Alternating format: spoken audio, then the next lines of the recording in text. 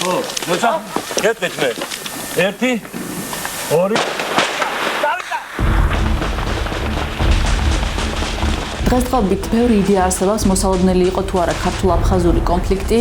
ბევრი ადვოკატი ყავს ასევე მოსაზრებაც, რომ ეს კონფლიქტი არ დაიწყებოდა, რომ არა შეცდომები ქართული ელიტის მხრიდან, თუმცა მე ვფიქრობ, რომ კონფლიქტი იქნებოდა ყველა ვარიანტში და ამის თქმის საფუძველს მაძლევს ის პროცესები, რომელიც მოხდა კონფლიქტამდე პერიოდში.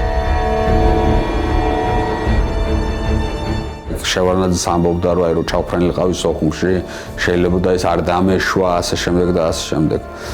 მაგრამ რა გააქრობდა აფხაზების სურვილს, აი ამდენი ათწლეულის მანძილზე ფორმირებულ სურვილს იმისა, რომ გამხდარიყვნენ, დამოუკიდებლები და ჩამოშორებოდნენ საქართველოს. ახლა საქართველოში არიან სამწუხაროდ ადამიანები, რომელიც საერთოდ უარყოფენ, რომ აფხაზები რაღაცა ცალკე ერთს წარმოადგენს, მაგრამ ფაქტი არის ასეთი. ამიტომ ეს კონფლიქტი არ არის მხოლოდ და მხოლოდ რაღაც ერთ დღეს დაწყებული, ეს ხანგრძლივი ისტორიული და ეს იმპერიული და საბჭოთა პოლიტიკების შედეგიც არის. პოსაბჭოთა კონფლიქტები ეს არის მე-19 საუკუნიდან დაწყებული პროცესების ნაწილი.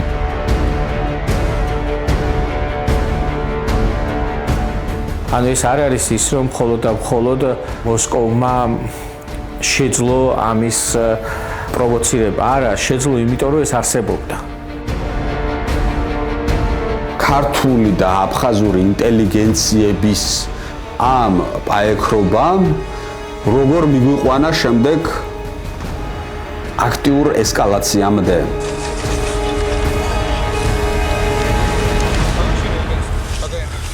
აკაემი რაღაცა მომეცი ისეთ პირებიც ამ კაზაკ ნახე როგორ უთხრამი ჩაგვავლო დავაი გადავიდე თორე მუხაზული ჯაშე ქართველებსა და აფხაზებს შორის წინააღმდეგობა გაჩნდა საბჭოთა კავშირში, თუმცა რუსეთის იმპერიაში დაიწყო ის პროცესები, რომლებმაც აფხაზებში წარმოქმნა ანტიქართული განწყობები და მერე შეამზადა აფხაზები საკუთარი თავი გამოერკვიათ ქართველებთან წინააღმდეგობაში. ეს არის საკმაოდ ხანგრძლივი პროცესი და დავიწყებდი ქართული ეროვნული პროექტის ფორმირებით, რომელსაც სათავეში ედგა ილია ჭავჭავაძე და სწორედ აი ამ მე-19 საუკუნეში ხდებოდა გამორკვევა, როგორ უნდა შესულიყვნენ სხვადასხვა ჯგუფები ქართველობის შემადგენლობაში. თუმცა კომუნიკაციის შანსი ქართულ და აფხაზურ ელიტას შორის მოსპო რუსეთის იმპერიამ.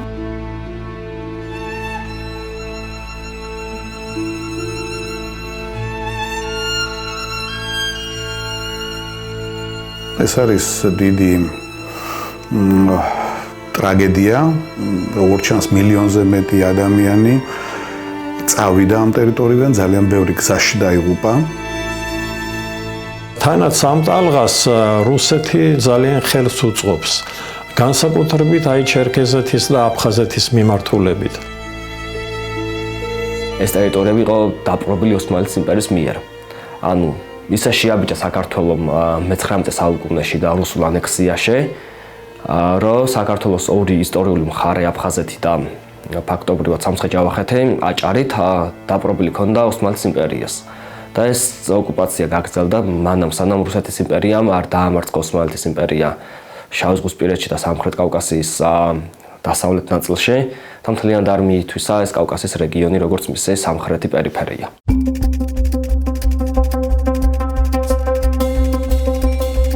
რუსეთის იმპერიას მე-19 საუკუნის 30-იან წლებიდან ფაქტობრივად ერთ-ერთი იდეოლოგია ჰქონდა ეს ქრისტიანული მისია და ცივილიზაცია მთელი იმპერიის ტერიტორიაზე, მე თუმეტეს ეხება კავკასიას, იმიტომ რომ ამ პერიოდის კავკასიაში მიმდინარეობდა საკმაოდ ხანგრძლივი კონფლიქტი ჩრდილოკავკასიელ მუსლიმებსა და რუსეთის იმპერიას შორის და ფაქტობრივად აფხაზეთი როგორც გვიან შუა საუკუნეებში გამუსლიმებული სივრცე რუსეთის იმპერიისთვის არც თუ ასე ვთქვათ კარგ ადგილად აღიქმებოდა და ცდილობდა რომ სხვა საკანონმდებლო თუ სამხედრო ჩარევებით შეემცირებინა აფხაზეთის ტერიტორიაზე მუსლიმთა რაოდენობა.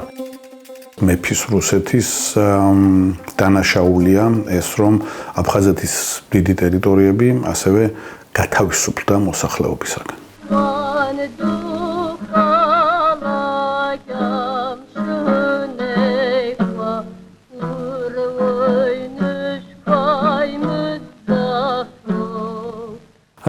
19 საუკუნეში ამ მუჰაჯირობის მერე, როდესაც ამ მხარის ეკონომიკური ინტეგრაცია იწყება რუსეთის იმპერიაში, ეს ძალიან მნიშვნელოვანი დეტალია.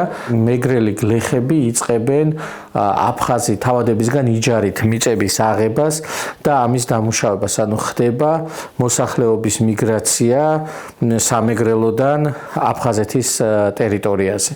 ამიტომ ეს გადამწყვეტი მნიშვნელობაა, იმიტომ რომ აფხაზური ისტორიოგრაფია ამას აღიქვამს როგორც მეგრელთა მიერ აფხაზეთის ოკუპაციას ან ქართველთა მიერ აფხაზეთის ოკუპაციას. ამიტომ ეს ძალიან მნიშვნელოვანი დეტალია.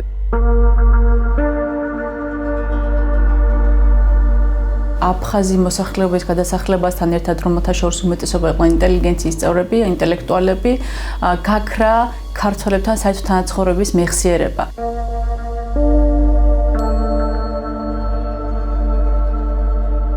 მე-19 საუკუნის ბოლოს უკვე გვაქვს წერილები ქართულ პრესაში და ერთ-ერთი ასეთი წერილი ეკუთვნის უცნობ ავტორს სახელწოდებით სოხუმელი, რომელიც ივაროვდება თედოსახოკია იყო ამ წერილის ავტორი.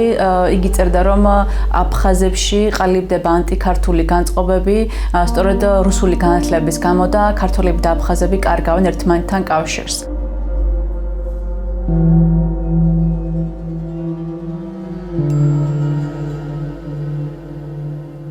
1918 წლის მდგომარეობით, აი მოდერნული სახით აფხაზიერი არ არსებობს და აი დღეს ხო ვიცით მაგალითად, რომ არიან აფხაზები და მათ რაღაცა ინტერესი აქვთ, ანუ რაღაც საერთო ინტერესი აფხაზებს შორის არსებობს, ხო, რომ ის რაღაც თავის სახელმწიფო უნდათ, საქართველოს არ უნდათ, რაღაცა ეს ხო ვიცით დღეს ჩვენ, ხო? 1918 წელს ესეთი აფხაზები, რომელსაც საერთო კოლექტიური მეხსიერება აქვთ, საერთო წარსულზე წტომა აქვთ, ანუ ესეთი რაღაცა არ არსებობს. აფხაზი მოსახლეობა საკუთარ თავის იდენტიფიკაციას ახდენდა რელიგიასთან მიმართებაში, ან იმ ტერიტორიასთან მიმართებაში, რომელშიც ის ცხოვრობდა. მაგალითად, შეიძლება და აფხაზ გლეხს ჰქონდა წარმოდგენა, რომ ის იყო წერბელდელი, მაგრამ არა აფხაზი და ეს საერთოობის ნიშანი, რომ მე ვარ აფხაზი და მე წარსული წინაპრები, მითები და ასე შემდეგ მაკავშირებს სხვა ამ ტერიტორიაზე მცხოვრებ ხალხებთან, ესეთი წარმოდგენები აფხაზებში არ არსებობდა. მოდერნული აფხაზი ერი იქმნება ბევრად უფრო გვიან, ვიდრე ქართველები. და ახსნათ ახლა ეს რატო? მოდერნული ერის შექმნისთვის რამდენიმე პრერეკვიზიტი არის აუცილებელი. ეს არის წერა-კითხვის ცოდნა გავრცელება, ანუ ადამიანები ერთმანეთს არ იცნობენ პირადად, მაგრამ რაღაც საერთო წიგნს კითხულობენ, მაგალითად ქართველები, რომელშიც წერია, რომ დავით აღმაშენებელი არის კარგი მეფე, ამას ყველა სწავლობს სკოლაში და ყველა ვთანხმდებით, რომ დავით აღმაშენებელი არის კარგი მეფე, ხო? აფხაზებს ეს 1918 წლის მდგომარეობით არ აქვთ. აფხაზებს არ აქვთ პრესა. პირველი ქართული გაზეთი დაიბეჭდა 1819 წელს. ხოლო პირველი აფხაზური გაზეთი 1919 წელს, ანუ საუკუნით უფრო გვიან ვიდრე ქართული.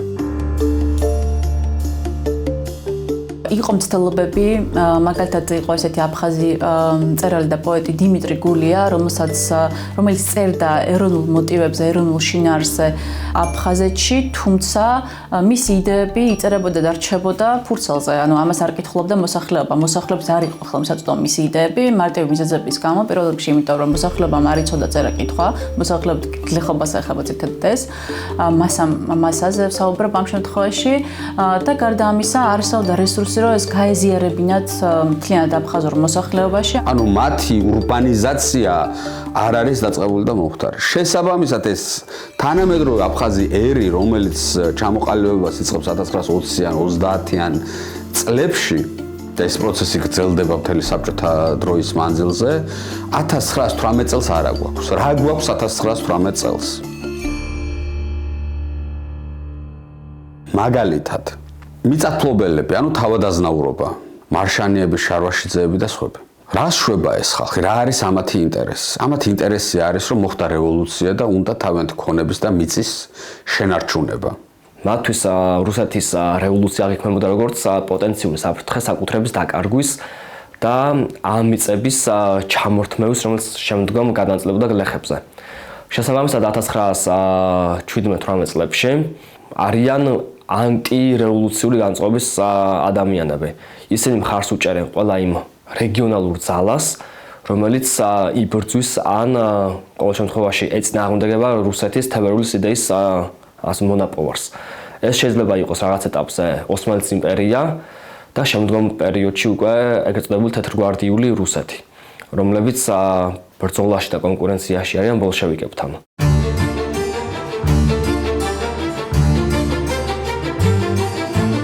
ელიტებს, რომლებიც მართავდნენ აფხაზეთის ტერიტორიას და იყვნენ ფეოდალები, რა თქმა უნდა, ჟორდანიას ხელისუფლება არ მოსწონათ, იმიტომ რომ ჟორდანია თავისი ბრწამსით ვიცით, რომ იყო სოციალ-დემოკრატი და ითხოვდა მიწის რეფორმის გატარებას მთელ საქართველოში.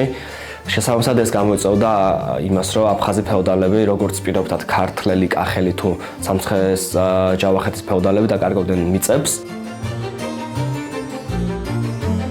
1918 წლის მაისში, თორსტები 18 წლის 9 მაისს მოხდა ეს ფაქტი. აფხაზი თავადი შარვაშიძე მიდის აფხაზეთში შესულ საქართველოს სახალხო გვარდიის მეთაურთან ვალიკო ჯუღელთან და ეუბნება, რომ მე ჩემს 300 კაცს გამოვიყვან მებრძოლს დაგახმარებ ბოლშევიკების წინააღმდეგ ბრძოლაში თუ შენ მიწებს შემინარჩუნებ. ანუ საქართველოს ამ შემთხვევაში შენ კი არა, საქართველოს მიწებს შემინარჩუნებს. ჯუღელი ეუბნება უარს რას ქვია, რევოლუცია მოხდა, მთავრობამ მიიღო გადაწყვეტილება, რომ მიწები გლეხებს უნდა გადასცეს და ვერაფერს ვერ შეგინარჩუნებთ. შემდეგ ეს ხალხი, აფხაზი თავდაზნაურები მიდიან ოსმალებთან, იქვე მაისშივე, ამ უარის მიღების შემდეგ მიდიან ოსმალებთან კონსტანტინოპოლში და ეხმარებიან ოსმალური დესანტის გადმოსვლას აფხაზეთში, იმიტომ რომ ოსმალეთი მათ მიწებს არ წაართმევს. შემდეგ რამდენიმე თვეში ოსმალეთი მარცხდება პირველ მსოფლიო ომში და ეს ხალხი გადადის გენერალი დენიკინის მხარეს, რომელიც არის ცარისტი მეფის მომხრე გენერალი, რომელსაც ძველი რეჟიმის აღდგენა უნდა. და ეხლა დენიკინის მხარეს იბრძვიან საქართველოს წინააღმდეგ. რატომ? იმიტომ რომ დენიკინი მათ მიწებს არ წაართმევს. მეორე ნაწილი არის გლეხობა, რომლის ძირითადი ნაწილის მიმხრობა ბოლშევიკებმა მოახერხეს, აი ამ ნესტორ ლაკობას ჯგუფმა მოახერხა და ეს თავადობა და გლეხობა არის სრულიად დაპირისპირებული ერთმანეთთან. და ამავე დროს ვინც ბოლშევიკების მხარეს არიან, ანუ აი აფხაზეთში საბჭოთა ხელისუფლებას ვინც აცხადებენ, ბევრი მათგანი არის ქართველი ბოლშევიკი. ანუ ბოლშევიზმის ბრძოლას აფხაზეთში საქართველოს დემოკრატიული რესპუბლიკის წინააღმდეგ არ აქვს ცალსახე ეროვნული სახე, იმიტომ რომ იქ უამრავი არის ქართველი.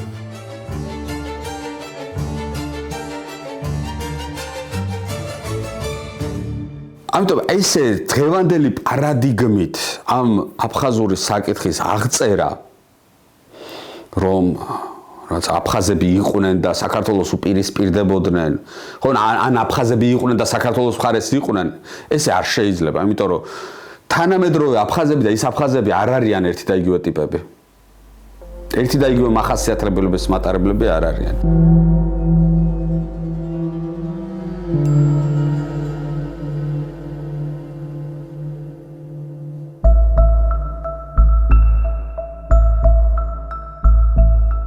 $1921 წლის მარტში საბჭოთა ხელისუფლება ცხადდება აფხაზეთში და ამავე დროს 20-იანი წლების საბჭოთა კავშირში ტარდება ევროპელთა კორენიზაციის პოლიტიკა. კორენ, ანუ ფესვი რუსულად, კორენიზაცია რაღაცა ფესვებთან დაბრუნების პოლიტიკა. ხა ორი სიტყვა ამ კორენიზაციის პოლიტიკაზე უნდა ვთქვათ.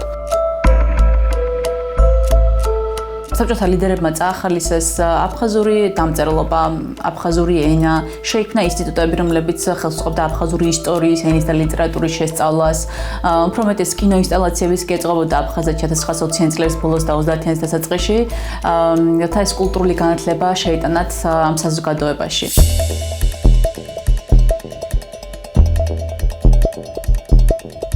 საყოველთაო ამბავი არის მარქსიზმ-ლენინიზმი და ყველამ უნდა იცოდეს, ყველას უნდა ვასწავლოთ. ახალ საზოგადოებას ქმნით, საბჭოთა ადამიანს ქმნით და ამიტომ ყველას უნდა ვასწავლოთ.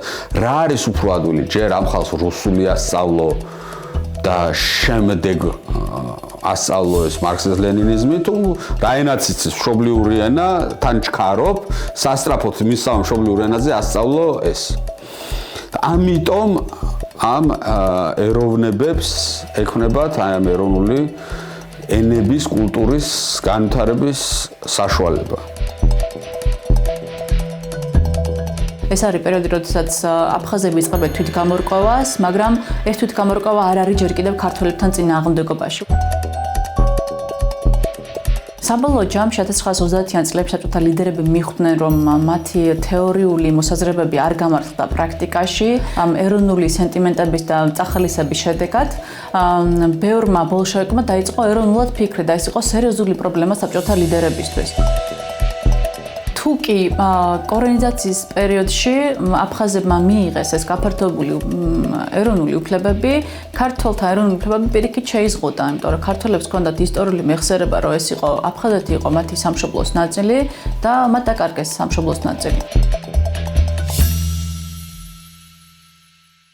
აფხაზები ძალიან ხშირად და რუსული ნარატივი არის ის, რომ 1931 წლამდე თითქოს აფხაზეთის რესპუბლიკა იყო დამოუკიდებელი და შემდგომ ბოროტმოქმედმა ქართველმა სტალინმა ის მიუერთა საქართველოს. სრული ტკნარი სიცრუეა. როგორც წესი ჩვენ ერები, ჩვენს ხმაჩვენს ქართველები ისტორიას ვკითხულობთ როგორც გვაწყობს. რაც არ გვაწყობს ყრით და არ ვიხსენებთ, რაც გვაწყობს იმის ვახდენთ უფრო მეტ გაზვიადებას ამ თემებისას. ესე არისო აფხაზეთის საბჭოთა სოციალისტური რესპუბლიკა შედიოდა საქართველოს საბჭოთა სოციალისტურ რესპუბლიკაში, რომელიც თავის მხრივ შედიოდა სამხრეთ კავკასიის, ამიერკავკასიის ფედერაციაში. ანუ რაღაც მატრიოშკა იყო თავისებური. ეს დაიშალა 30-იან წლების შუა წლებში და გაუქმდა ამიერკავკასიის თქვათ ასე ფედერაცია და პირდაპირ საქართველოს გახდა რესპუბლიკა, მოკავშირე რესპუბლიკა საბჭოთა კავშირისა. ხოლო აფხაზეთს მიეცა ავტონომია. უფრო მეტი თავისუფლება მიიღო და უფრო მეტი უფლებები მიიღო სხვათა შორის აფხაზეთმა. ქართველი ბოლშევიკებიც კი მწვავედ ხვდებოდნენ ამ ავტონომიების დაარსების საკითხს.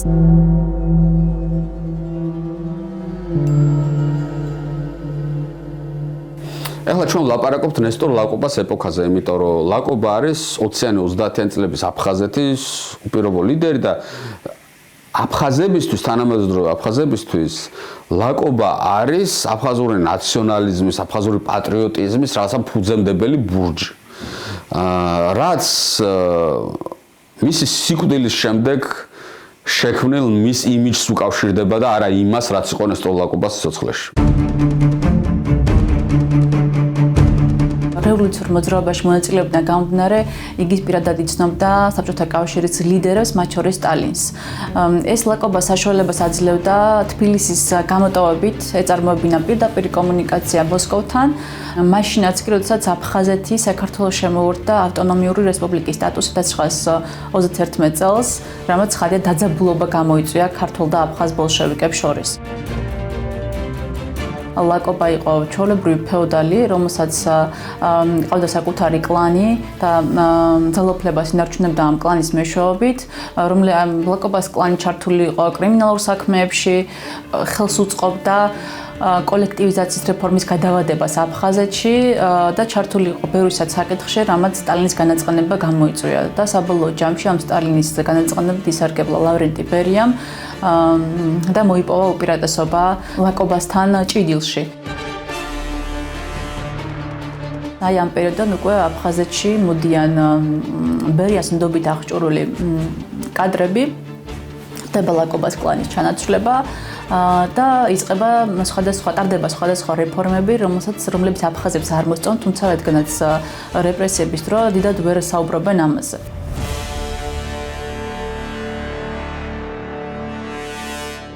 აფხაზეთში ბუნება ძალიან მძიმე იყო და ეს საბჭოთა რივიერა ან ქართული რივიერა, როგორც გვინდა ესე დავარქვათ, როგორც ამას მოგზაურები უწოდებდნენ ამ ტერიტორიას, ზუსტად იმით არის შექმნილი, რომ აქ დაიწყო ძალიან დიდი ჩარევები, ანუ გეოგრაფია დაიმორჩილა, ბუნება დაიმორჩილა ამ შემთხვევაში ადამიანმა და რას გულისხმობ ამაში.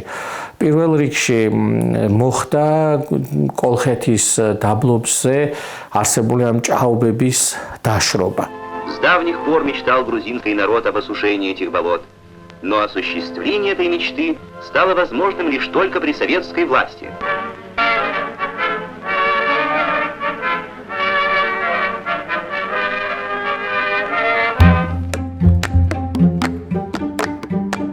ამან გამოათავისუფლა სასოფლო სავარგულები, რამაც გამოიწვია ამ ტერიტორიაზე ისეთი კულტურის გაჩენა, რომელიც ძალიან დეფიციტური იყო საბჭოთა კავშირში. ამან შეგულისხმობ სუბტროპიკულ კულტურებს, ეს არის მანდარინები, ეს არის ფორთოხალი, ციტრუსი, რასაც ქვია ფეიხოა და ასე შემდეგ და რა თქმა უნდა ამ ჭაობების დაშრობის და ტყის მასივის განთავისუფლების შედეგად ბევრგან დაიწყო მაგალითად ჩაის პლანტაციების გაშენება, რომელიც წამყვანი იყო ამ ეკონომიკაში.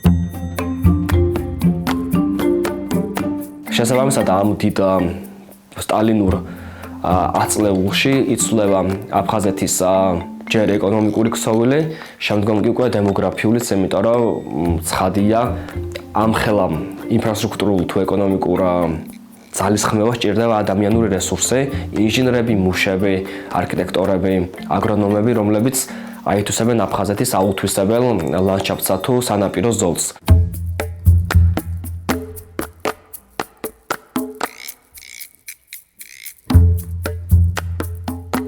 მოხდა ის, რაც ხდებოდა მთელ საბჭოთა კავშირში.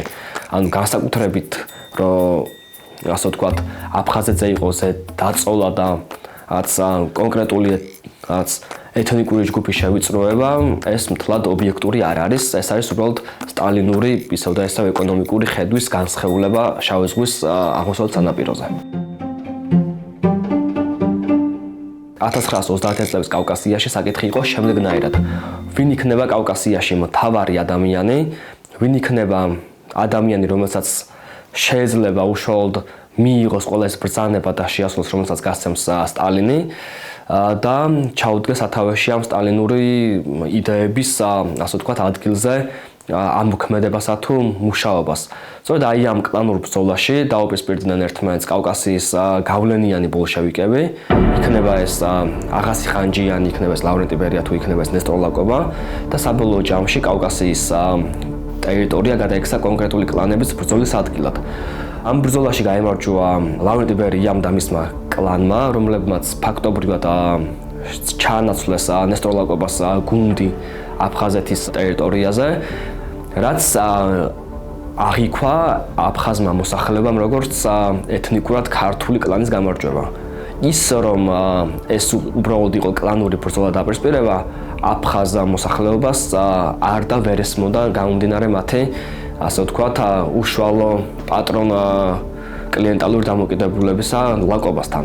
ლაკობა საკმაოდ შერწყმული იყო აფხაზურ მოსახლეობასთან, თუნდაც მის ეთნიკურობიდან გამომდინარე და ლავრენტი ბერიას გუნდის გამარჯვება სოხუმში და არა მხოლოდ სოხუმში აღიქვეს როგორც არა რაც ერთი ჯგუფის გამარჯვება მეორეზე, არამედ აფხაზური კლანის ჩანაცვლება ქართულის მიერ, რაც საბოლოო ჯამში დაილექა ტრამვად და უარყოფით წერტილად ქართულ-აფხაზურ ურთიერთობაში. აფხაზები, როდესაც საუბრობენ ლაკობას გარდაცვალებაზე, არ ითვალისწინებენ იმ ფაქტს, რომ ეს იყო რეპრესიების პერიოდი და ამ პერიოდს ემსხვერპლა ბევრი ბოლშევიკი, არა მხოლოდ ლაკობა. ისინი ლაკობას სიკვდილისგან ქმნიან ეროვნულ ტრამვას, რომელშიც საქართველო და ქართველობა რეპრეზენტირდება როგორც აფხაზეთის მტერი, რომელსაც სურს აფხაზების განადგურება, ფიზიკური განადგურება. და ამას დაემატა მეორე, გამძაფრა, როცა 40-იან წლებში ხდება აფხაზური სკოლების გადაყვანა ქართულ ენაზე. მაშინ ჩვეულებრივი ამბავი იყო მთელ საბჭოთა კავშირში მცირე ერების სკოლები გადაიყვანეს შედარებით მსხვილი ერების ენებზე, ძირითადად რუსულ ენაზე გადაიყვანეს. ვინაიდან ქართული ენა შეიტანეს რუსულის ნაცვლად, სხვაგან შეიტანეს რუსული. მაგალითად, მთელ რუსეთის ტერიტორიებზე, ბაშკირეთში, საფრანგეთში, ამ ავტონომიებში რუსული ენა იყო წამყვანი, დომინანტი, დამპყრობლური ენა და აფხაზეთში ეს გამოჩნდა ქართული ენა. გატარდა რეფორმა, რომელმაც სკოლების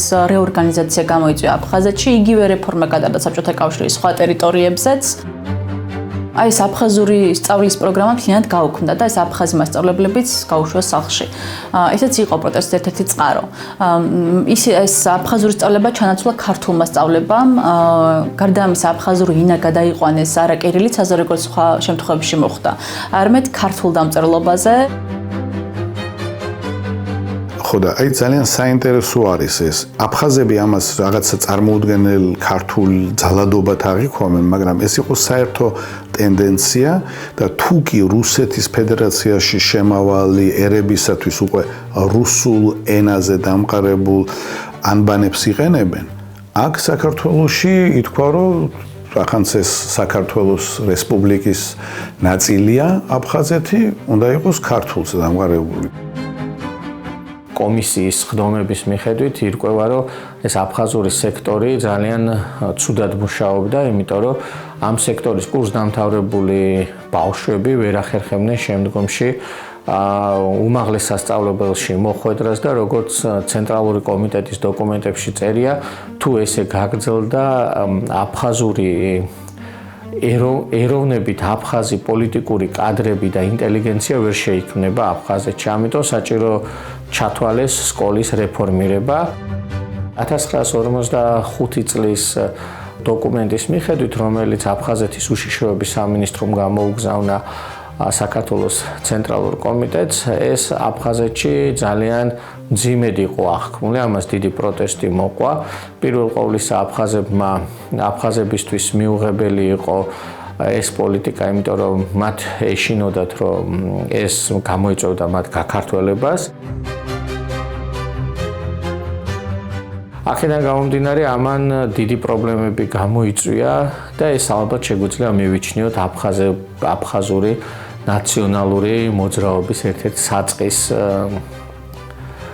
წერტილად, იმიტომ რომ შემდგომში აფხაზი ინტელექტუალები მუდმივად გააკეთებენ აპელირებას ამ სკოლების რეფორმაზე.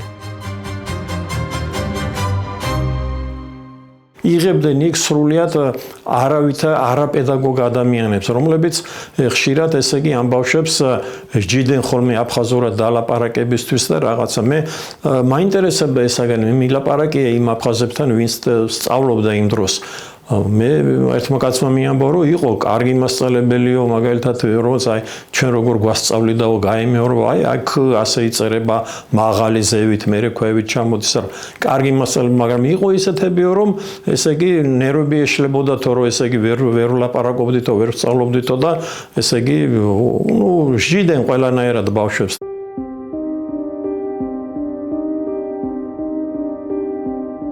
ყველა ეს ცალკეული რეფორმა აფხაზებისთვის იყო სიგნალი, რომ რაღაც იცვლება მათთან დამოკიდებულებაში და საბჭოთა კავშირი მათთან სხვანაირად იწყებს ლაპარაკს, რაც არ იყო ტყუილი. ამიტომ იმას, რომ მათ წაართვეს ავტონომია ქვია რესპუბლიკა ოდესღაც, დაემატა რომ მათ წაართვეს ენაც. თუმცა ეს არ იყო აფხაზურ ენაზე ლაპარაკი მიღებული იყო, მაგრამ სკოლებში ძირითადად მაინც მინდორობდა თუ შეიძლება ასე თქვა, სწავლება ქართულად, რაც იყო მათთვის შეურაცხყოფელი და ამან ძალიან გააუცხოვა აფხაზური და ქართული, თქვათ ასე, ერთობა, რაც საუკუნეები მანამდე მოდიოდა. და შესაბამისად, სტალინის და ბერიას პოლიტიკამ სწორედ რომ გამოკვება ჩასახა და განავითარა აფხაზური ნაციონალიზმი.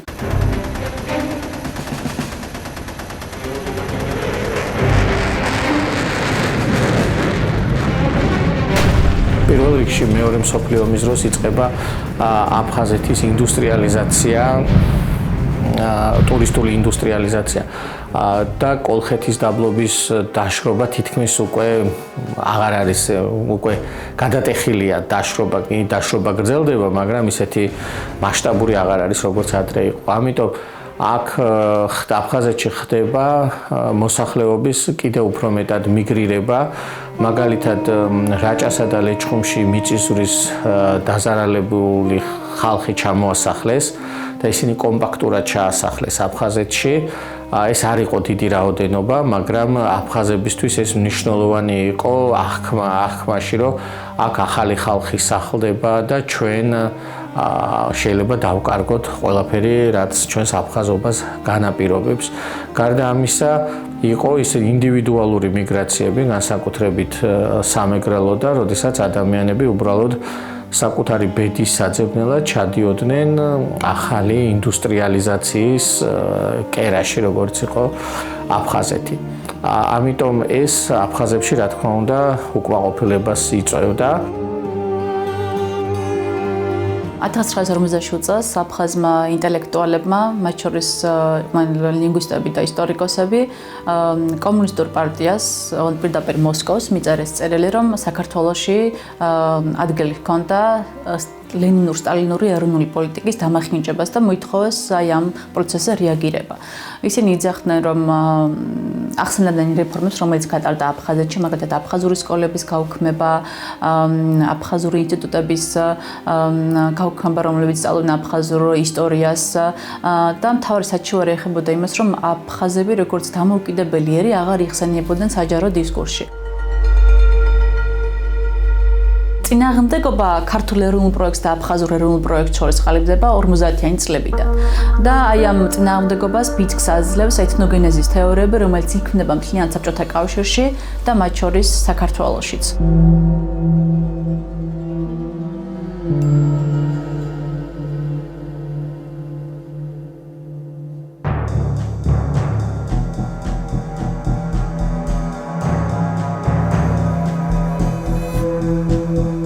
ეთნოგენეზის ნარატივები საბჭოთა კავშირში შეიქმნა მეორე მსოფლიო ომის კონტექსტში, რადგან სტალინის სულ დაიჩვენებინა საბჭოთა ერების უწყვეტობა საბჭოთა კავშირის ტერიტორიაზე და ეს იყო აბსოლუტური სიგიჟე. ინტელექტუალები წახალისებული იყვნენ ეწერათ ანტიკურ ისტორიაზე, გამოიგონებინათ ეს ისტორიები იმ შემთხვევაში თუ კი არ არსებობდა.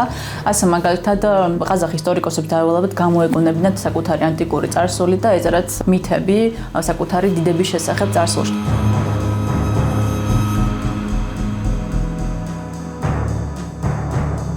აი ამ პროცესში ქართულმა ლიტერატურაცოდნე პავლე ინგოროყვამ დაწერა აფხაზთა ეთნოგენეზის თეორია 1950 წელს გამოვიდა სტატიების სერიის ერთ-ერთი ნაწილი, რომელიც აფხაზთა სამეფოს ეხებოდა და მასში აღნიშნა, რომ შუა საუკუნეების აფხაზები იყვნენ ქართველი ტომები.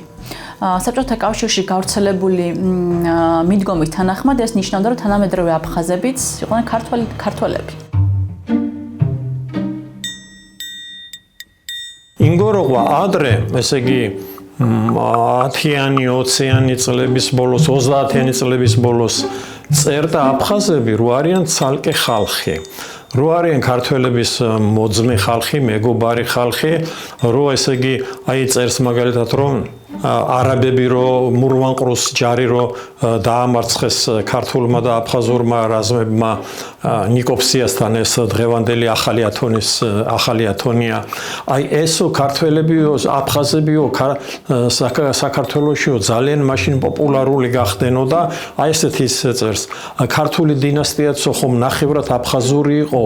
ანუ ის პირდაპირ ხაზს უსვამს რომ აფხაზები და ქართველები ეს არის სხვადასხვა ხალხი, მაგრამ ძალიან მოძმე ისეთი მოყვარული ერთმანეთის და ამიტომაც მათ ისეთი საერთო ისტორია აქვთ და რაღაც. აი ესეთი იყო პავლე ინგოროყვას პოზიციები. მაგრამ 40-იანი წლების ბოლოს, როდესაც დაიწყო უკვე გიორგი მერჩულეს წერა, უკვე მან სხვანაირი პოზიცია აჩვენა. რა წერია ახლა ამ წიგნში? ასე იწყება ეს ექსკურსი, რომ დღევანდელ ქართულ მეცნიერებაში არასწორი შეხედულება არის აფხაზეთზე. პირდაპირ ვთქვათ, მცდარი შეხედულებები აფხაზეთის ისტორიაზე, რომ სინამდვილეში ძველი აფხაზები იყვნენ ქართველები და შემდეგ წერს იგი მე-17 საუკუნეში მოხდა მთიელი ჩრდილოკავკასიელი მთიელების ჩამოსახლება, სხვა შორის ის არ წერს ვინ არც ჩერქეზებს არ წერს, იმიტომ რომ ზოგჯერ მოყავთ ხოლმე რომ ჩერქეზები ჩამოსახლდა, ასე წერს ინგოროყვაო. ეხლა რახან აფსუა შემოვიდა მოდაში, აფსუებსაც არ ახსენებს ინგოროყვა.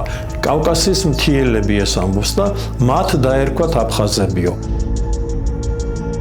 პავლე ინგოროყვას წიგნის გამოცემას მოჰყვა ფაქტობრივად ჯერ დისკუსია თბილისში და გამოხმაურებები. მეცნიერების ნაწილი ფიქრობდა, რომ ინგოროყვას არგუმენტები აფხაზთა ჩამოსახლების შესახებ არც თუ ისტორიული იყო და ხშირ შემთხვევაში ის იყენებდა არასწორ მეთოდოლოგიას საისტორიო მეცნიერებაში. და მეტიც კრიტიკა იყო იმაზეც, რომ თავად ინგოროყვა არ იყო ისტორიკოსი და ეკიდებოდა ეხებოდა ისეთ თემებს, რომლებიც არ იყო მისთვის ახლობელი და ნაცნობი. ქართულ მეცნიერებაშიც ეს 1999 წლამდე არ იყო მიღებული საერთოდ.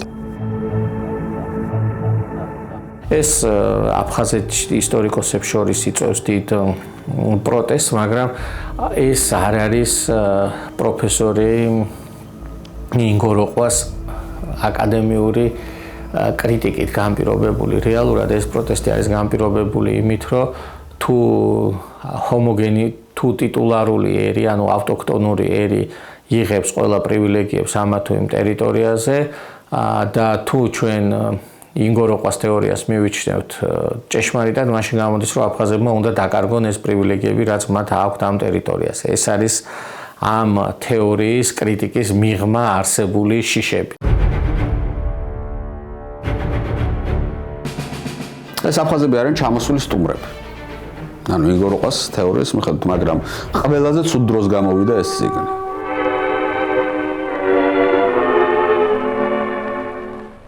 საბჭოთა კავშირის კომუნისტური პარტიის ცენტრალური კომიტეტი, საბჭოთა კავშირის მინისტრთა საბჭო და საბჭოთა კავშირის უმაღლესი საბჭოს პრეზიდიუმი უდიდესი მწუხარების გრძნობით აუწყებენ პარტიასა და საბჭოთა კავშირის ყველა მშრომელს, რომ 5 მარტს საღამოს 9:40 წუთზე ძიმი ავადმყოფობის შემდეგ გარდაიცვალა საბჭოთა კავშირის მინისტრთა საბჭოს თავმჯდომარე და საბჭოთა კავშირის კომუნისტური პარტიის ცენტრალური კომიტეტის მდივანი იოსებ ბესარიონის ძე სტალინი.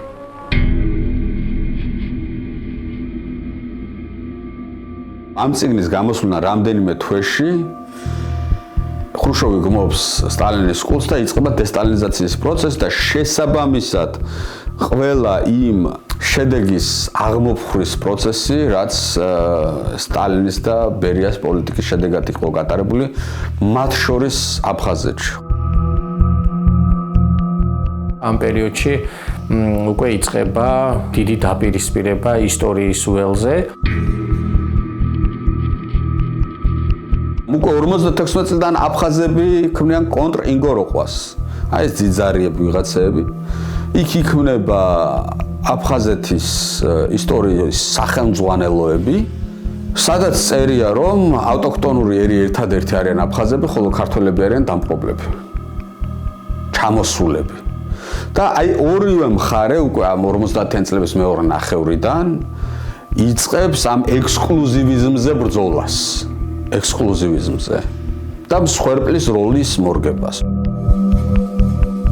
მეორე მნიშვნელოვანი პროცესი ამის გაგრძელების იყო, რასაკვირველია, ნიკო ბერძენიშვილის ნაშრომი, როდესაც მან თქვა, რომ ფეოდალურ ხანაში აფხაზები ისევე ღებულობდნენ მონაწილეობას გაერთიანებული საქართველოს შემადგენლობაში და ცხოვრებაში, როგორც სხვა დანარჩენი სუბიექტები და ამას მოყვა მნიშვნელოვანი დეტალი აქ აღინიშნოს, რომ თბილისში სასწავლებლად მყოფი აფხაზი სტუდენტების პროტესტი, იმიტომ რომ მათ დაიწყეს ამის პროტესტი, ანუ ელიტაში ხდება ეს ნაციონალური პროექტების იმპლემენტაცია და ელიტა უკვე ნაციონალისტურად არის აფხაზური განწყობილი და ეს ნაციონალიზმი თუ საქართველოს შემთხვევაში იბადება პეტერბურგთან და შემდგომში მოსკოვთან ურთიერთობაში, აფხაზური ნაციონალიზმი იბადება ზუსტადაც რომ თბილისთან ჯახში და თბილისის პოლიტიკასთან შეპირისპირებაში. და ჭიდილი არის კალმით ახლა ხო? ახლა საბჭოთა კავშირი არის და იქ საბჭოთა სახელმწიფო ძლიერი არის საკმარისად და იქ აფხაზების და ქართველების ომს არავინ დაუშვებს, თუმცა ეს ბრძოლა და ომი მიდის კალმით. და ეს პავლე ინგოროყვას დესტალინიზაციის პროცესში იბარებენ, ბოდიშებს ახდევინებენ დაკითხვებზე. შავდღეში აგდებენ და ეს გიორგი მერჩულე, პავლე ინგოროყვასი ხდება ძალიან ისეთი მძიმედ მოსახმარი წიგნი. ქართველებმა ყოველთვის კარგად იცოდნენ ეს საკითხი, ეს არ ცდგებოდა ეს საკითხი. იცოდნენ რომ აფხაზები რაც საქართველოს არსებობს და უფრო ადრე აფხაზებიც იყვნენ და იქვე ცხოვრობდნენ, სადღაც ეხლა ცხოვრობენ. რა თქმა უნდა, ეხლა ეთნიკური საზღვრები ზოგჯერ იცვლებოდა ხოლმე რაღაც პოლიტიკური მიზეზების გამო, მაგრამ მთლიანობაში აფხაზეთი ერქვა იმ ტერიტორიას ყოველთვის, სადაც ცხოვრობდნენ აფხაზები. ეხლა ძირითადად ცდილობენ დაამტკიცონ, რომ აფხაზები არიან ჩამოსახლებულები შედარებით გვიან ისტორიულ ხანებში, არც თუ ისე ესე იგი დიდი ხნის წინ. რაც არასოდეს არ ყოფილა. არ იყო არავითარი აზრი, რომ აფხაზები არიან ვიღაც ჩამოსულები, ვიღაც ესე იგი უცხოები. მე-19 საუკუნის ბოლომდე აფხაზეთი ძირითადად აფხაზებით იყო დასახლებული.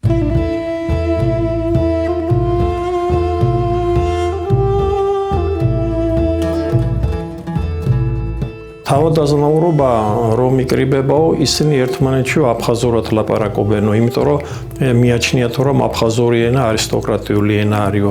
ეს ეხება მე-19 საუკუნის შუა ხანებს ეს ჩანაწერი.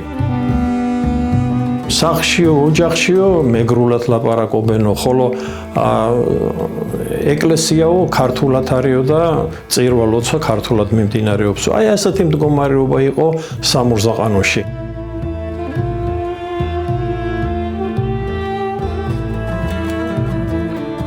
კომუნისტურმა პარტიამ იზრუნა, რომ ეს გიორგი მერჩულე საჯარო ხმარებიდან ამოიღო. ამით კომუნისტურმა პარტიამ სცადა შეეჩერებინა დაპირისპირება ქართველებსა და აფხაზებს შორის. თუმცა ქართველებმა ეს ხო 58 წელს რო გამოვიდა, ხო წაიკითხეს და ამ დროს ქართული ნაციონალიზმის არსებობს და იმედენად დამკვიდრდა იგოროყვას თეორია ქართულ კოლექტიურ მეხსიერებაში, რომ აი დღეს რომ გავიდეთ ქუჩაში ჩვენ, საშუალო სტატისტიკური ქართველი გავაჩეროთ, რომელსაც არ გაუგია პავლე იგოროყვას სახელი და გვარი. და ვკითხოთ ვინ არიან აფხაზები და რა არის საერთოდ აფხაზეთის ისტორია, რა არის გეტყვის იგოროყვას თეორია სხაპას ხუპით. ანუ ამან შექმნა ქართულთა კოლექტიური მეხსიერება.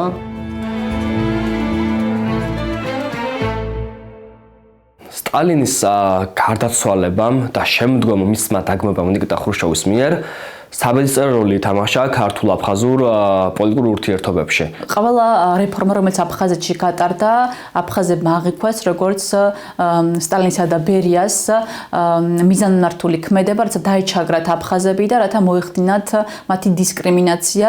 ცხადია, აფხაზების თვალთახედვით ეს პროცესი მიზანით ჰყავდა ქართული ეროვნული პროექტის დაცვას და საქართველოს ტერიტორიაზე მინი იმპერიის შექმნას. ეს ნარატივი იბადება საბჭოთა სისტემაში 50-იან წლების ბოლოს და 60-იან დასაწყისში და უკვე 80-იან წლებში აფხაზეთის აფხაზი ელიტა იყენებს ძალიან კარგად აფხაზი მოსახლეობის მობილიზაციისათვის ქართველების წინააღმდეგ. დიდება ბელა, ვინც კრემლის ცაზე უგდავარს კლავად წინავს და ელავს, ვინც მოგვიტანა ეს სილამაზე. დიდება ბელას, ვინც შეგვაყარა მთელი მსოფლიოს ბედით ჩაგრული, ვინც ამ დიდებულ ჟამს აქ შეგვყარა და ამღერა ჩვენი ჩანგური.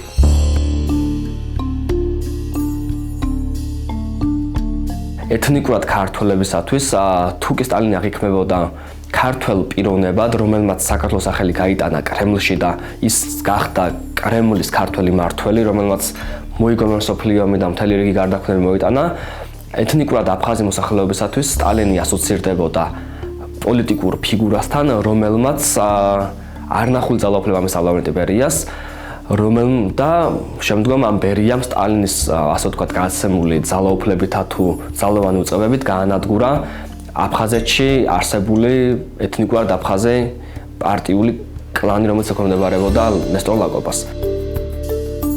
როდესაც მიმდინარეობდა პავლე იგოროყვას წიგნის განხილვა, რომელიც ამტკიცებდა, რომ მოხდა აფხაზეთში აფხაზთა მიგრაცია გვიან შუა საუკუნეებში, ამას მოყვა დემონსტრაციები აფხაზეთის ტერიტორიაზე და გუდაუთის სკოლის ერთ-ერთმა მასწავლებელმა პირველად 1956 წელს თქვა შემდეგი ფრაზა, რომ აფხაზეთი უნდა გამოეყოს საქართველოს და ეს ფაქტობრივად გახდა ერთ-ერთი პირველი ხალხიდან წამოსული გზავნილი, რომელიც უკვე ახლებურად უყურებდა ქართულ-აფხაზურ ურთიერთობას საბჭოთა პოლიტიკისა თუ არასაბჭოთა პოლიტიკის ფარგლებში. იწყება შემოbrunება. ანუ ხელახლა იხსნება აფხაზური სკოლები, აფხაზურ ამბავს კირილიცაზე ხელახლა აბრუნებენ. აფხაზეთის კომპარტიის საოლქო კომიტეტების ხელმძღვანელად აფხაზებს ნიშნავენ, აფხაზების მიღებას იწყებენ პარტიაში და ეს აფხაზები ბრუნდებიან გაბრაზებულები. ანუ აი პოლიტიკაში და აქტიურ საზოგადოებრივ ცხოვრებაში ისინი ბრუნდებიან გაბრაზებულები. ისინი არიან დაჩაგრულები მათი ხედვით. და ისინი დაჩაგრეს ქართველმა სტალინმა და ბერიამ. ეს არის მათი ხედვა და ახლა კრემლი არის მათ მხარეს. ახლა არის ის პოლიტიკა და ის ხელმძღვანელობა, რომელიც მათ ასე რომ ვთქვათ, მისცემს მოქმედების საშუალებას. Дорогие товарищи, друзья.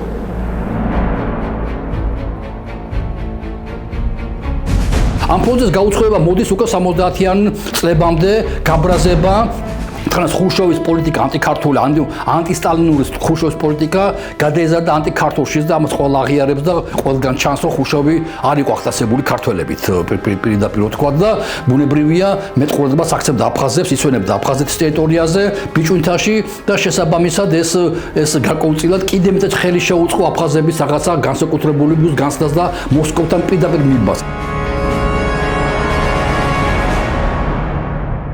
ერის ჩამოყალიბების პროცესში ძალიან დიდი მნიშვნელობა აქვს ეკონომიურ ფაქტორებს.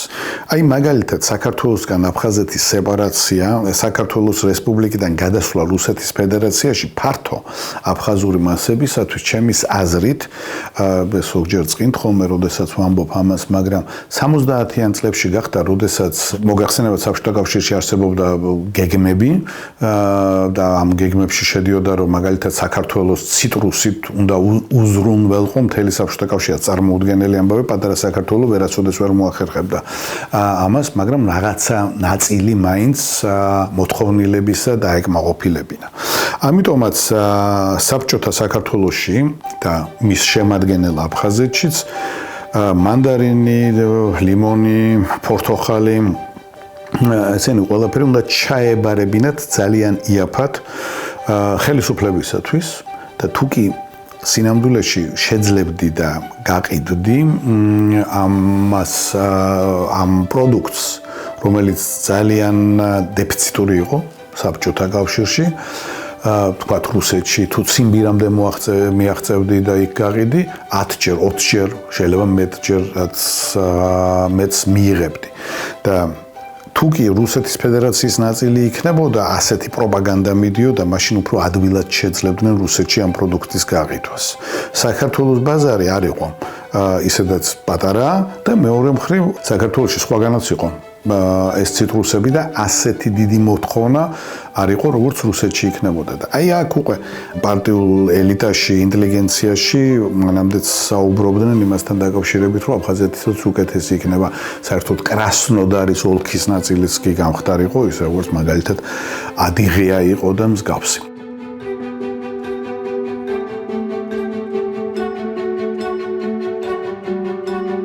ისტორია არ არის მხოლოდ წარსულის მეცნიერება, ეს არის დიდი ილუზია. ისტორია წარსულის შესახებ, როცა გიყვება მომავალზეც. ანუ წარსული არის მომავლის პროექტი ასევე. მაგალითად იგივე შალვა ინალიფა, რომელიც გავლენიანი ისტორიკოსი იყო აფხაზეთში, 1975-76 წლებში წერს, რომ აფხაზები არის დამოუკიდებელი ერი, ავტოქთონური ერი აფხაზეთის ტერიტორიაზე და აფხაზეთი ეკუთვნის მხოლოდ აფხაზებს. ეს იდეა გაზიარებული იყო აფხაზ ინტელექტუალებში და სხვადასხვა საზოგადოებებში, მაგალითად აფხაზეთის სამუზეუმო საზოგადოებაში. ჩვენ ახლა თანამედროვე კლუბში ეს არის პოპულარული, როდესაც მხოლოდ ქართულ ეროვნულ მოძრაობას ვადანაშაულებთ ამ ეთნონაციონალურ გამოთქმებში, თუმცა აფხაზური ელიტა არანაკლებ ეთნონაციონალური იყო საკუთარ გამოხატვაში.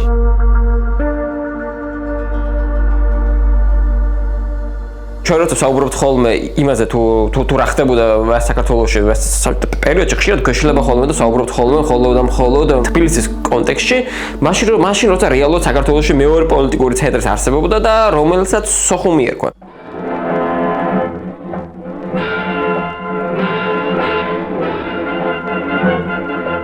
1978 წელი არის ძალიან მნიშვნელოვანი. როდესაც თბილისში ჩვენ ვაპროტესტებთ ენის სტატუსის შესაძლო შეცვლას კონსტიტუციაში და გამოვდივართ დასაცავად და სტუდენტები და პირველი სერიოზული გამარჯვება საბჭოთა სახელმწიფოს წინააღმდეგ ამას ვახცევთ, მაგრამ შეიძლება გვავიწყდება ხოლმე რომ აი ეს რამე თავისუფლების მოძრაობას თუ დაინახავდნენ თბილისში აფხაზები, თვითონაც იწყებდნენ ამ მოძრაობას.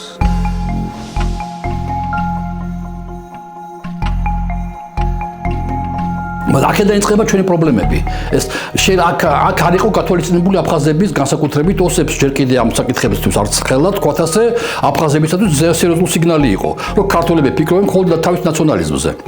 არა აფხაზების ნაციონალისტები არიან, მათ თავის ისტორია აქვთ, კულტურა აქვთ, თავის ლეგენდები აქვთ, მითები აქვთ როგორც ჩვენ და დაიწყებენ მოძრაობას, რათა ასეთ რეალობაში ჩვენ ცხოვრება არ გვინდა.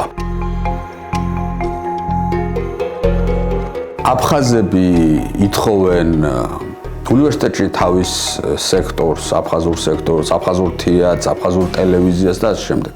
და რა ხდება აქ, რომ როდესაც თბილისშიც ქართველი კომუნისტები ჩვეულებრივი ნაციონალისტები არიან.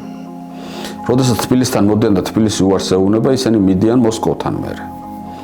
და მოსკოვს თხოვენ ამას. და მერე მოსკოვი აწვება თბილისს და აიძულებს დათმობებს. და აფხაზები სწავლობენ ამ გზას, რომ თბილისთან ლაპარაკს აზრი არ აქვს, მოსკოვთან დავიაროთ. სოხუმში აბსოლუტურად სხვა კონტექსტი იყო, რადგან თუ ქართველები აი ამ კონსტიტუციაში ხედავდნენ პრობლემას, რომელსაც ისინი უნდა შეწინააღმდეგებოდნენ, აფხაზებისთვის ეს ახალი კონსტიტუცია იყო შანსი იმისთვის, რომ მათ გაეტარებინათ საკუთარი ინტერესები და მიეღოთ სტატუსის ცვლილება. დეკემბერი იყო, როცა აფხაზებმა გააგზავნეს მოსკოვში წერილი, სადაც აფხაზები კვლავინდებურად ბრალსდებდნენ ქართველებს სხვადასხვა ისტორიული არგუმენტებით და მათ ესე ვთქვათ პასიურად მიჰყავდათ საკუთარი ლოგიკა იქით, რომ სტატუსი უნდა შეცვლოდა აფხაზეთს. მთელი ტრიგერი პრობლემა არის ის, რომ აფხაზებმა დაინახეს, რომ ქართველებს ჩვენ ვერაფერს ხელდა ვერ გავაგდებინებთ. ქართველები არ არიან მზა ჩვენ დაგვithor, მაგრამ თუ რუსეთში ვივაჭრებთ, თუ რუსეთს ვიჩინოთ რუსეთში, მოსკოვში, მოსკოვი შეეშინდება, მოსკოვს არ უნდა ხა პრობლემები კავკასიაში, ამიტომ მოსკოვი თავში ჩაუკაკუნებს ქართველებს და ქართველები მოგალ სამკუთხედი იქნება მანკიერი, რაც იყო ყველაზე დიდი შეცდომა საქართველოს და დღემდე შეცდომა გრძელდება. თბილისმა ძალისმიერი გზით უპასუხა და მათ ფაქტობრივად დააკავეს ყველა ან მოხსნეს მათ თანამედროვეებიდან ყველანი, ვინც აწერდნენ აი ამ წერილს ხელს.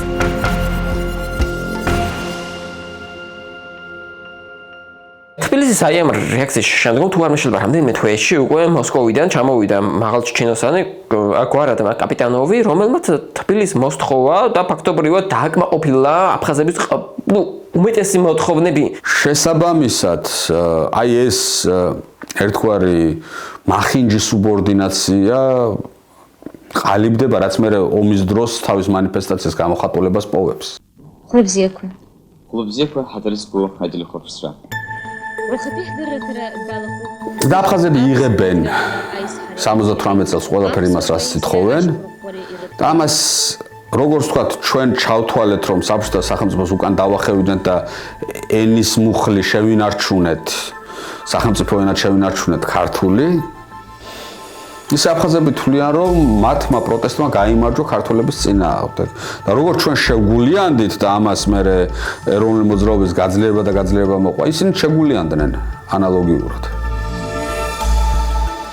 სწორედ 78 წლის შემდგომ აფხაზები წინააღმდეგებიან საკადრო პოლიტიკაში და ქართველები გადადიან უკვე მეორე ხარისხოვანში. შევარდნაძე შემდგომ აი 10 წლეულების განმავლობაში მუდმივად აძახებდნენ, რომ მან კაპიტულაცია გამოაცხადა ფაქტობრივად 78 წელს და რომ მან ყველაფერი დააკმაყოფილა, რაც კი მოსკოვსა და სოხუმს სურდა. და სწორედ აი ეს უნივერსიტეტი ხდება ის პირველი შეტაკების ადგილი, რომლიდანაც უკვე შეგვიძლია დავიწყოს აფხაზეთის კონფლიქტის ათვლა თანამედროვე სახით.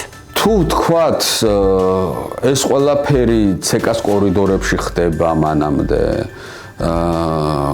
მეცნიერებსა და ინტელიგენციას შორის პოლემიკებით და კონტრციგნებით, ანუ ერთმანეთის კონტრაზე დაწერილი ციგნებით ხდება, იმიტომ რომ ცხელ ფაზაში ვერ გადადის ეს, რადგანაც საბჭოთა პოლიციური აპარატი არსებობს და შეტაკებებს არ დაუშვებს, აი როცა ირყევა უკვე საბჭოთა სახელმწიფო, ეს კალმიდან გადადიან საქმეზე. საქმეზე რა, ძალადობას.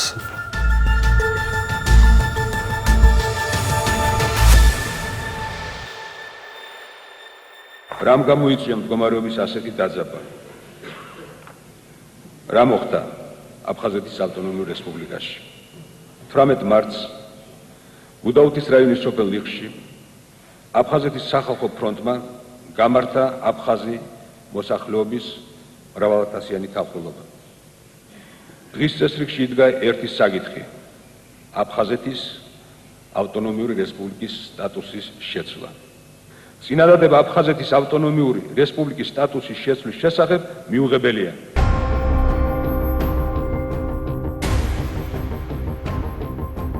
ჩვენ არ გვინდა საქართველოსთან ცხოვრება, ქართველები ფიქრობენ ხოლმე თავის თავზე.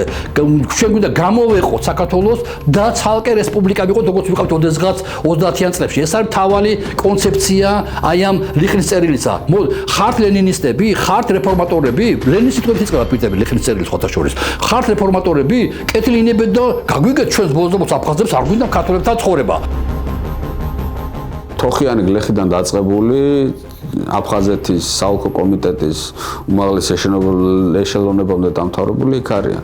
იმიტომ რომ ამ დროს, აი თუ თქვა 18-21 წლებზე ვამბობდით, რომ მოდერნული ნაციონალიზმი აფხაზეთში არ გვაქვს, 1999 წელს უკვე ეთნონაციონალიზმი, შეიძლება ითქვას ეთნოშოვინისტური ნაციონალიზმი არის აფხაზეთში განვითარებული და გამეფებული. თავის მხრივ არ უნდა დაგვაიწყდეს რომ ამ დროს უკვე ყარაბაღში ომი მიდის და ის რომ სომხებმა უკვე ნაწილობრივ მსგავსი წერილი გააგზავნეს მოსკოვში, იმიტომ რომ ისინი აი ამ მოსკოვში მიმდინარე საკონსტიტუციო ცვლილებებში ხედავდნენ შანსს, რომ შეეცვალათ ყარაბაღის სტატუსი. დაახლოებით მსგავსი პროცესი არის არძიმბას თავში და აფხაზების თავში და ისინი აგზავნიან მსგავს წერილს მოსკოვში. და იწყება 9 აპრილის წინა 4 აპრილი იწყება, რითაც ანტისაფხაზური გამოდის დემონსტრაციები, რაც ნელა-ნელა მერე ვიღაც 5-6-7 აპრილს იტყვის, რომ აფხაზები რა შუაში არიან, ეს მოსკოვია ყველაფერში დამნაშავეს, მოსკოვის ვლანდი ყველგან და ყველაფერშია და ამიტომ აფხაზებს თავი დავანებოდა, დავარტყათ პირდაპირ მოსკოვს და თქვათ, რომ არ გვინდა ჩვენ ასე სახელმწიფოში ცხოვრება და გამოვეყოთ.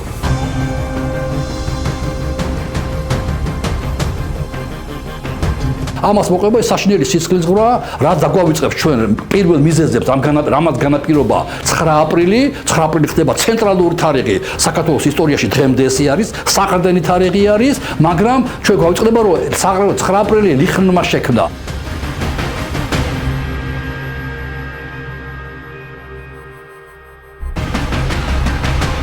აპრილის შემდგომ აფხაზეთში კიდევ უფრო მძიმდება მდგომარეობა, რადგანაც თუ თქვათ გარკვეული პოლიტიკური პროცესი დასრულდა თბილისში, აფხაზეთში არ დასრულებულა.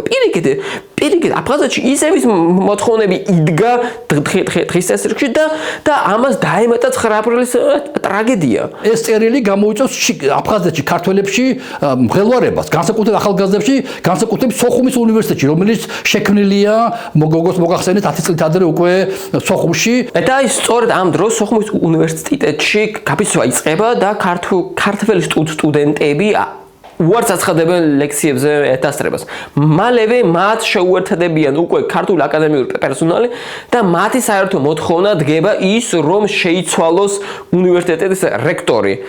ალეკო აქვარამია, რომელმაც ხელი მოაწერა აი ამ წერილს. და მოითხოვენ გამოეყოს ქართული სექტორი სოხუმის უნივერსიტეტს.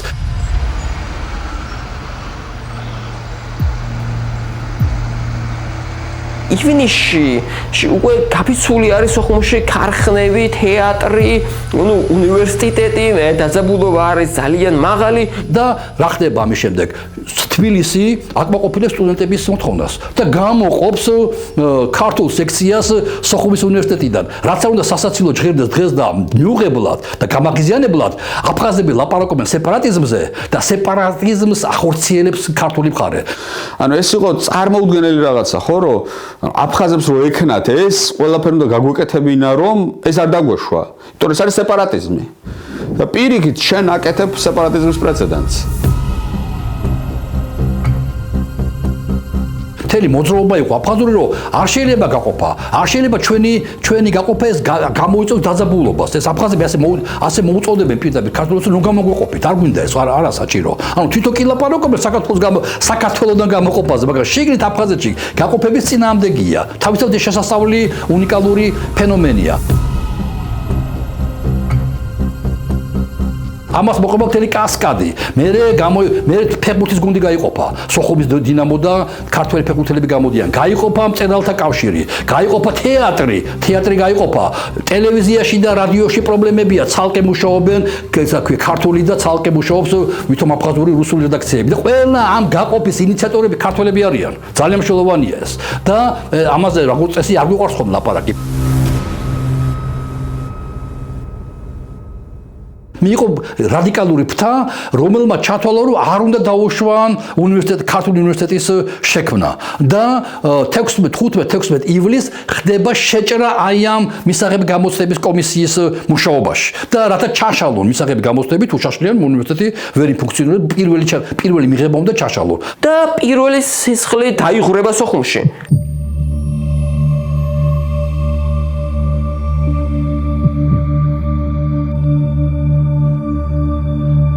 რაღაცა ხმებით სამეგრელოში, ზუგდიდის რაიონში, მარტვილში, წალენჯიხაში ასე შემდეგ სამეგრელოში ჩადის ინფორმაცია, რომ ქართველებს არბევენ სოხუმში და დაიძრება სამეგრელოდან გარანტირებული ასობით ადამიანი, მამაკაცები, ახალგაზრდა მამაკაცები ძირითადად სოხუმისკენ. ამიტომ საბჭოთა კავშირია, არსებობს ყველგან საბჭოთა სტრუქტურები, საბჭოთა ჯარები, ამიტომ გალიძგასთან, მდინარე გალიძგასთან, არხთან, ცნობილი ადგილი არის, გალიიცის კარგად ხდება საბჭოთა შეერაღებული ძალების მიერ ჩაკეტვა გზის და ზუგდიდიდან დაძრულ მოსახლეობას ქართველებს არ აძლევენ საშუალებას გადავიდნენ გადალახონ გალიძღა. ჩვენ არ უნდა დაგვაიტყდეს რომ ეს არის 1989 წელი და რომ ეს არის საბჭოთა კავშირი და მას არაფერში არ აწყობს პირველი აფხაზეთის სტატუსის გადახედვა, იმიტომ რომ თუ აფხაზეთის სტატუსი გადაიხედება, იგივეს მოითხოვს ყველა. მაგალითად, ყარაბაღის კონფლიქტში მოსკოვი პირველ ეტაპზე მხარს უჭერს აზერბაიჯანს. ისინი აზერბაიჯანს აიარაღებენ და საკუთარი და საბჭოთა შეიარაღებული ძალები პირდაპირ სამხედრო ოპერაციებს არ ხორციელებენ სომხების წინააღმდეგ. რატომ? იმიტომ რომ მათ არ აწყობს სტატუსის გადახედვა, იმიტომ რომ ისინი ხვდებიან, რომ მას ექნება ჯაჭვური ეფექტი. ეს არის პირველი პოლიტიკური სისხლი 15-16 ივლისი 89 წლის. და აი ამ დაიღუპება 16-მდე ადამიანი. დაახლოებით 10 ქართველი და 6 აფხაზი. ვოვა ვეკუა აშკარად მოკლულია შეგნებულად კეფაში ჩარტყმული რაღაც ბლაგვი საგნით. ვოვა ვეკუ არის ამ დროს ეროვნული მოძრაობის ერთ-ერთი მკაფიო ლიდერი აფხაზეთში. არის მერაბ კოსტაბას ძალიან ახლო მეგობარი. ჩვენ მაინც ვიპოვით გზას აფხაზი ხალხის გულებისაკენ. სწორედ ამ ეროვნული მოძრაობის დროს ზურაბ ჭავჭავაძე იყო ის ადამიანი, რომელსაც აფხაზებიც პატივს სცემდნენ და იყო ადამიანი, რომელიც იქ ჩადიოდა ხოლმე, იქაურებს ელაპარაკებოდა. აფხაზეთი საქართველოს განუყოფელი ორგანული ნაწილია და ვერავით არის ჩაჭკანი, ვერავით არის ფარი და ვერავით არის ახვლილი. ჩვენ ამ მიდას ვერ დამოგვაჭრის. მაგრამ მერე როდესაც ზურაბ ჭავჭავაძემ ჯერ იმ ავტოკატასტროფაში მოხვდა, სადაც რომელსაც ემსხვერპლა მერაბ კოსტავა და შემდგომში სამთავროში გარდაიცვალა. აი ესეთი ფიგურებიც, რომლებიც შესაძლებელი იყო აი ამ აფხაზურ-ქართული დიალოგში მისაღები ყოფილიყვნენ აფხაზებისათვისაც ესეთი ადამიანებიც დავკარგეთ. აშკარად ჩანს, რომ ვიღაცა ცდილობს ეროვნული მოძრაობის ლიდერები გაანადგუროს და ეს არის რა თქმა უნდა ჩანს კარგად აი ამ ეპიზოდში. აი ამ დროს რადგანაც მოსკოვის ინტერესებში არანაირად არ შედის კიდევ ერთი ცეცხლის კერა, ისინი შეიარაღებულ ძალებს გაუშვებენ აფხაზეთში, გამოსხდებენ საგანგებო მდგომარეობას და დაწყნარებენ სიტუაციას.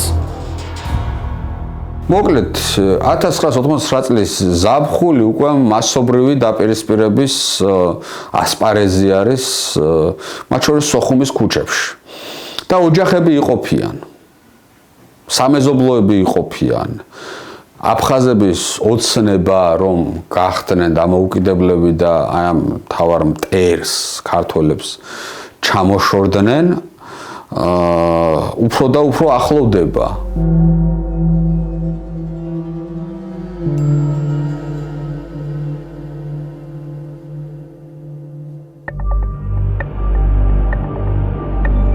როცა ჩვენ საუბრობთ იგივე გამსახურდიაზე, ჩვენ გამსახურდის ფენომენი თუ გამსახურდის პიროვნება უნდა გავყოთ და დავყოთ ორ ადამიანად. პირველი ეს არის, როცა ის იყო ეროვნულ მოძრაობაში და მეორე, როცა ის უკვე მოდის ახალი სოფლებაში. რატომ? იმიტომ რომ როცა ის არის ეროვნულ მოძრაობაში, მისი რიტორიკა აფხაზებისადმი არის ძალიან რადიკალურად არის ნაციონალისტური. აფხაზი ერი ისტორიულად არასოდეს არ არსებობდა.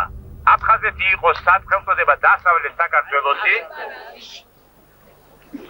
დასავლეთ საქართველოს სახელმწოდება და აფხაზები იყვნენ დასავლეთ ქართველები, ასე რომ აფხაზი ერი იყო ქართველი ერი იგივე დასავლეთ ქართველი ერი. მე გქონდ აქ გამომსვლელებს თუ ვინმე მოინდომებს ამ ჭეშმარიტების სხვაგვარად წარმოდგენას არ მოусმინოთ. აფხაზიერი არ არსებობს ვიმეორებ. მაგრამ როცა ის უკვე მოდის ხელისუფლებაში, თქვენ ვერ ნახავთ ვერც ერთ მის გამოსვლას, როცა ის აფხაზებზე საუბრობს ცუდს. მისი რიტორიკა აბსოლუტურად შეცვლილი არის. ხო, და აი ამის ერთ-ერთი გამოხატულება არის სწორედ აი ეს კვოტების პოლიტიკა, რომელიც აფხაზეთში დამყარდა. მან დაყო პარლამენტი ისე რომ თუ არ იქნებოდა პარლამენტში თანხმობა ქართველებსა და აფხაზებს შორის, უბრალოდ კანონი ვერ გავიდოდა. კი ეს ძალიან საინტერესო იყო და შეიძლება ძალიან სწორიც იყო. მაგრამ აქ არის სხვა კონტექსტიც. მაგალითად ის რომ ეროვნულმა მოძრაობამ, რომელმაც მთელი ამდენი წლის განმავლობაში პირდაპირ თქვა დააღვივა ეს ანტიაფხაზური რიტორიკა, აი ამ მოსახლეობაში ცოტათი გაუგებარი აღმოჩნდა, თუ რატომ ქონდათ ბჭყალებში ჩამოსახლებულ აფხაზებს, რომლებიც სულ რაღაც 17% იყო ადგილობრივი მოსახლეობის, თუ რატომ ქონდათ მათ პოლიტიკური უმრავლესობა აფხაზეთში, როცა ისევ ბჭყალებში აბორიგენი მოსახლეობა იყვნენ ქართველები. და აი ეს წინააღმდეგობა, იმიტომ რომ ადგილობრივი პოლიტიკური ელიტებშიც არის. იმიტომ რომ მათად არ მოწოთ ეს ყველაფერი, იმიტომ რომ ისინი რეალურად ხო მთელი 10 წლეულები საპირისპირო თმის იბრძოდნენ. აი ეს ჩამოსულობაზე თემა ხო რაც ეს იმგოროყოს თეორიიდან შემდგომ უკვე ჩაჯდა რაღაცა ქართულ მენტალობაში თუ ქართულ აზროვნებაში, კი იმდროინდელი ქართული საზოგადოება აღიარებდა ამას და შეეროდა ამის, რომ კი ეს იმგოროყო იყო მართალი და რომ აფხაზები ეს არიან ჩამოსულები და ადგილობრივები ვართ მხოლოდ ჩვენ.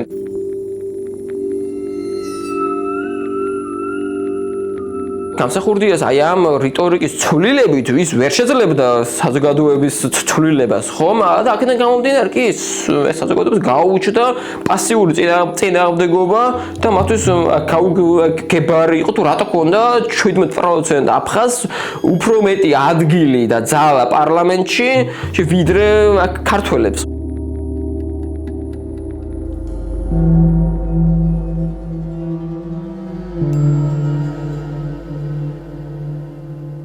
ასევე ძალიან საინტერესო არის ის, რომ გამსახურდიამ ხარი დაუჭირა და უმაღლეს თანამდებობაზე განამწესა ვლადისლავ არძიმბა.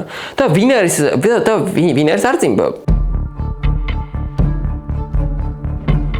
არძიმბა მაგალითად ხელს უწყობდა არქივების გახსნას ყველანაირად, რაცა მოუხდარიყო ამ სტალინური რეპრესიის ისტორიის ამოტივტივება და რათა აფხაზებს შექმნოდა წარმოდგენა, რომ ეს რეპრესიები მოხდა მხოლოდ აფხაზეთში, დაისაჯენა მხოლოდ აფხაზური ელიტის წევრები და ამით თავი მოუკვეთა სტალინმა და ბერიამ, როგორც ქართველმა ნაციონალისტებმა აფხაზებს როგორც ერს. მან აღადგინა პირველი საბჭოთა კონსტიტუცია, რომელშიც აფხაზეთის სტატუსი გათანაბრებული იყო საქართველოსთან. და ყველას აღქმაში აი ამ კონსტიტუციის აღდგენა ნიშნავდა იმას, რომ აფხაზეთი უნდა გამოჰყოფოდა საქართველოს. და სწორედ აი ეს იქცა იმ თავარ წყალგამყოფად, როცა თბილისმა უკვე დაიწყო ფიქრი, რომ როგორმე აფხაზეთში სიტუაცია კონტროლ ქვეშ უნდა აიყვანა. ომის დაწყებამდე 14 აგვისტოს ხდება შეერაღებული ძალების შეყვანა აფხაზეთის ტერიტორიაზე ზუგდიდის მხრიდან 12 აგვისტოს არძიმბა თავაზობს საქართველოს თქვათ ასე ფედერაციული მოწყობის რაღაც ვარიანტს. იმიტომ რომ საბჭოთა დაშლილია, არავინ არ იცის რა ხდება და არძიმბას აქ განცდა იმისა რომ აღარ არსებობს საბჭოთა კავშირი, რა ვქნათ ახლა როგორ მოვიცით ამ ქართველებთან საჭირო საერთო მონახვა. და თვითონ თავაზობენ ჩვენ ამ ქვია დოკუმენტს, ამ საინტერესო დოკუმენტია, მე მგონი რომ დღეს იურისტები ჩაუღრმავდნენ ამ დოკუმენტს, ნახავენ რომ იქ ბევრი მისაღები საინტერესო მომენტებიც იყო. და მაგრამ უკვე მანქანა ჩართულია, რაღაც ამოქმედებულია 10 აგვისტოს მიღებულია გადაწყვეტილება რომ ჯარები უნდა იყოს შეყვანილი. კიტოვანს უკვე მიღებული აქვს ბრძანება რომ შეერაღებული ძალები უნდა შეიყვანოს აფხაზეთში. და ასევე არის ძალიან საინტერესო რომ სანამ ჩვენ აფხაზეთში შევდივართ, სიტყვა აფხაზეთი არ არსებობს. ანუ არავინ არ საუბრობს იმაზე თუ რა საკითხებს არძება. მთელი საუბარი ეს არის რომ ჩვენ შევდივართ აფხაზეთში იმიტომ რომ გავაჩეროთ გამსახურდიას მომხრეთა თარეში და ასევე აღვადგინოთ წესრიგი რკინიგზაზე. სიტყვა აფხაზეთი და აფხაზი და არძიმბა საერთოდ არ ფიგურირებს. სამოქალაქო ომებიდის თბილისში და საქართველოში, სამეგრელოში ფეთქდება რკინიგზები, იძარცვება რკინიგზა, სომხეთში არ მედის გამოუწვევს თვირთი, სომხეთში ომია, ყარაბაღის ომი გააფთრებული, ყველა აი სული ქაოსია, ამ ფონზე შემოძღებულად გაწყვეტილება შეიყვანოს ჯარები, ეს არა ტრაგედია, ტრაგედია შემდეგ, როცა ის ხვდება, რომ უნდა მიხვდეს, რომ ჰაფანგში მოხვდა და არავითარ რკინიგზის დაცვა არ გამოვა და ძალიან სწრაფად ერთ კვირაში ჯარები უნდა გამოეყვანა. აი ჯარებს არ გამოყვანა, მისი შეცდომა არა შეყვანა, რაც თავისთავად შეცდომა. მაგრამ ვერ მიხვდა რა ღრმა ორმოში ჩავარდა ესეთი გამოსული ადამიანი. და მაინც რა მიზანი ჰქონდა და ეროვნულ გვარდიას როცა ის შევიდა აფხაზეთში? ის რეალურად რკინიგზას იცავდა? კი, მათ რეალური მიზანი და მთავარი მიზანი იყო რომ დაეცვა რკინიგზა. მაგრამ რა თქმა უნდა მას ჰქონდა შიდა განშტოებაც პირველ რიგში რომ აფხაზეთში შესული ჯარი ავტომატურად გავლენას მოახდენდა და აფხაზებზე და ავტომატურად შეაწყვეტინებდა სეცესიის პოლიტიკას. და მეორე, რა თქმა უნდა, კი, მას ჰქონდა სამოქალაქო ომის განზომილებაც. რადგანაც სწორედ აი ამ სამხედრო დემონსტრაციით ის არა მხოლოდ მოაგვარებდა აფხაზეთის საკითხს, არამედ სავარაუდოდ მოაგვარებდა კიდევაც გამსახურდიას მომხრეების საკითხსაც და შევარდნაძე და მთლიანი საქართველოს საბჭო გაიმყარებდა ძალაუფლებას მთელ საქართველოში.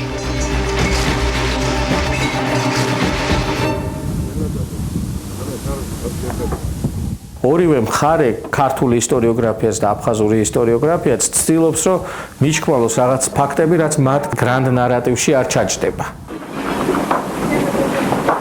მაგალითად აფხაზური ისტორიოგრაფიაში ვერსაც ვერ შენახავ შენ აი ამ ფაქტებს, როდესაც ისინი ეთნიკური ნიშნით ქართველები მოკლეს. ესეთი რამე არსად არ წერია. წერია მხოლოდ რომ იყო 78 და ლიხნის დეკლარაცია და მერე ტანკების შემოვარდნენ საქართველოს, მაგრამ ლიხნის დეკლარაცია 99 წლის მარტშია და 92-ში იწყება ომი. მათ შორის 3 წელია, რომელიც ძალიან მნიშვნელოვანია, ხო? ჩვენს ისტორიოგრაფიაში მთავარი რამეა გამქრალი. ეს არის გამქრალი ის, რომ აფხაზების აღქმა პოლიტიკურ სუბიექტად და აფხაზების აღქმა აფხაზური ნაციონალიზმის აღქმა, რომ ეს არსებობს ეს ნაციონალიზმი და რომ ამ ნაციონალიზმს აპრიორულად აქვს პრობლემები თბილისთან ურთიერთობაში. ეს არის გამქრალი.